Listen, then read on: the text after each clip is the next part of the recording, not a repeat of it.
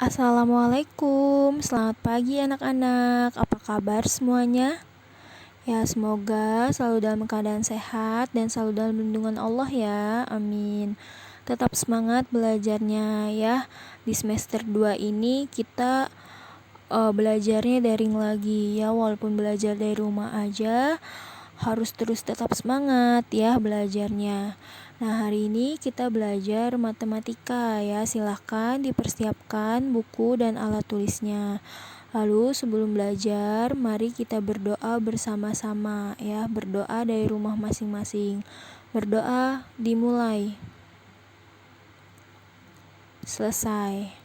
Nah, untuk pembelajaran hari ini kita belajar bab 5 ya, yaitu tentang statistika. Nah, tujuan pembelajarannya ialah setelah mempelajari bab ini, diharapkan siswa mampu yang pertama membaca dan menafsirkan data diri dan lingkungan yang disajikan dalam bentuk tabel dan diagram batang. Lalu yang kedua, mengumpulkan data diri dan lingkungan yang disajikan dalam bentuk tabel dan diagram batang. Lalu yang ketiga, menjelaskan data diri dan lingkungan yang disajikan dalam bentuk tabel dan diagram batang.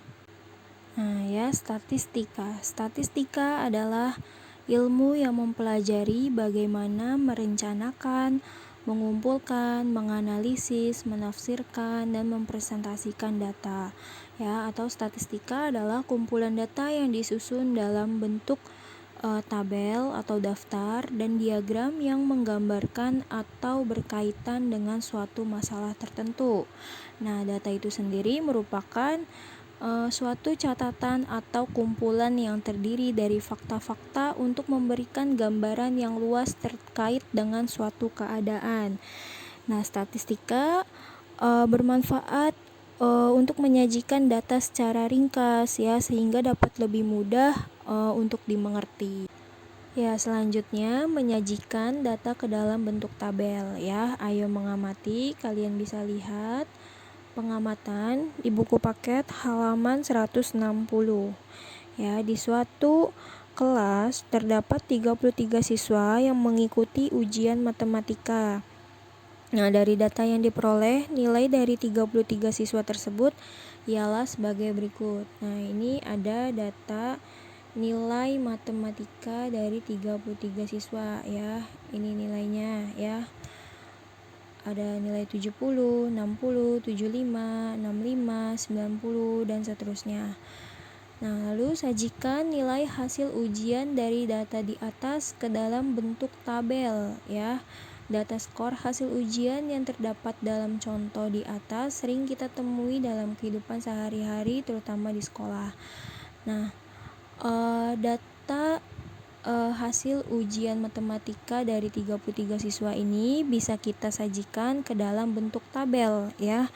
Tabel adalah daftar yang berisi sejumlah data atau informasi yang biasanya berupa kata-kata maupun bilangan yang tersusun dengan garis pembatas.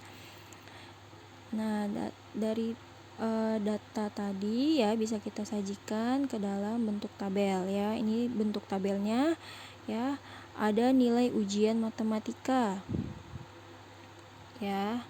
Kenapa namanya nilai ujian matematika? Karena di sini diketahuinya ialah data nilai ujian matematika. Nah, lalu banyak siswanya ya. Di sini ada turus. Turus ialah dalam matematika ya, khususnya statistika. Turus adalah perhitungan jumlah data dengan menggunakan garis miring atau garis lurus ya. Sementara frekuensi ialah seberapa kali suatu variabel yang dilambangkan dengan angka atau bilangan berulang kali dalam deretan data angka tersebut ya. Jadi lambang bilangannya ya, lambang angkanya. Nah, lalu bisa kita sajikan ya datanya, data nilai tadi ke dalam bentuk tabel ya. Kita buat tabel, ada nilai ujian matematika ya. Lalu banyak siswa, turus sama frekuensi. Nah, kita lihat nih ya di pengamatan nilai ujian matematikanya itu ada nilai berapa saja. Ada nilai 60 ya. 65, lalu 55 ya, lalu 50, setelah itu ada 70 ya, lalu ada 75 ya, ada 80, 85, 90, 95 dan 100 ya. Jadi ada berapa nilai nih? Ada 1, 2, 3, 4, 5, 6, 7, 8, 9, 10, 11. Nah, ada 11 nilai.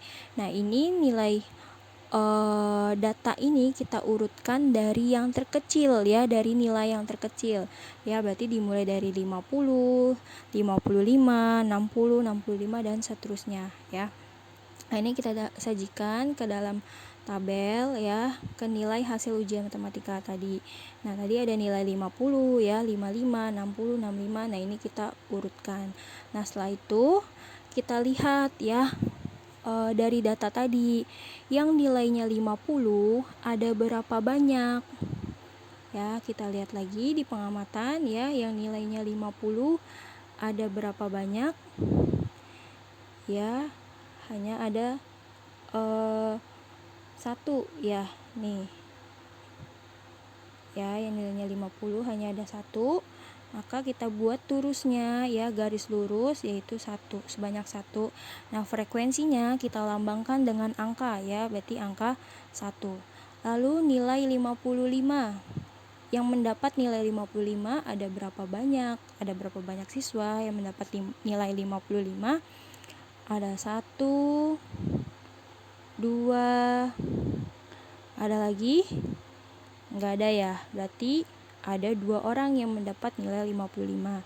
Kita tulis di turusnya ya, kita lambangkan dengan garis lurus 2, lalu frekuensinya kita lambangkan dengan angka, yaitu angka 2. Lalu untuk yang nilai 60 juga ada 2 ya, 1, 2 ya, ada 2, berarti sama seperti nilai 55 ya, ada 2 siswa yang mendapatkan nilai 60. Lalu yang mendapatkan nilai 65 ada berapa banyak siswanya yang mendapatkan nilai 65? Ada 1, 2, 3 ya, ada 3 siswa. Berarti kita buat turusnya, garis lurusnya sebanyak 3 ya, nih sebanyak 3. Kita lambangkan ya, untuk frekuensinya kita lambangkan dengan angka 3. Nah, begitu seterusnya ya, kalian cari berapa banyak yang mendapatkan nilai 70, 75, 80, 85 hingga selesai ya. Nah, untuk yang garis lurusnya sudah 4 ya, lalu dia masih ada seperti contohnya seperti 85 ya. Banyak siswa yang mendapatkan nilai 85 ada berapa siswa? Ada 1, 2, 3, 4,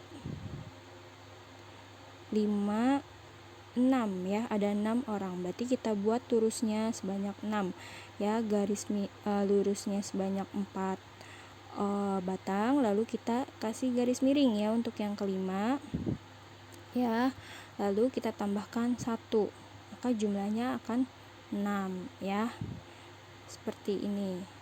Nah, lalu kita frekuensinya kita lambangkan dengan angka, yaitu 6. Nah, untuk jumlah seluruh siswanya berarti kita tambahkan nih seluruh frekuensinya ya, 1 ditambah 2 ditambah lagi 2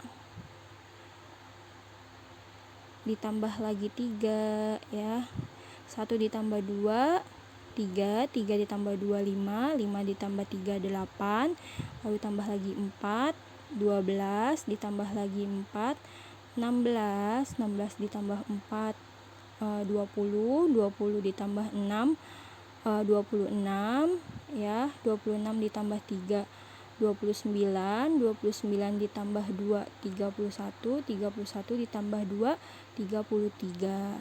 Nah, berarti jumlah seluruh banyak siswanya adalah 33, berarti datanya sudah benar ya. Ada 33 siswa. Sampai sini paham?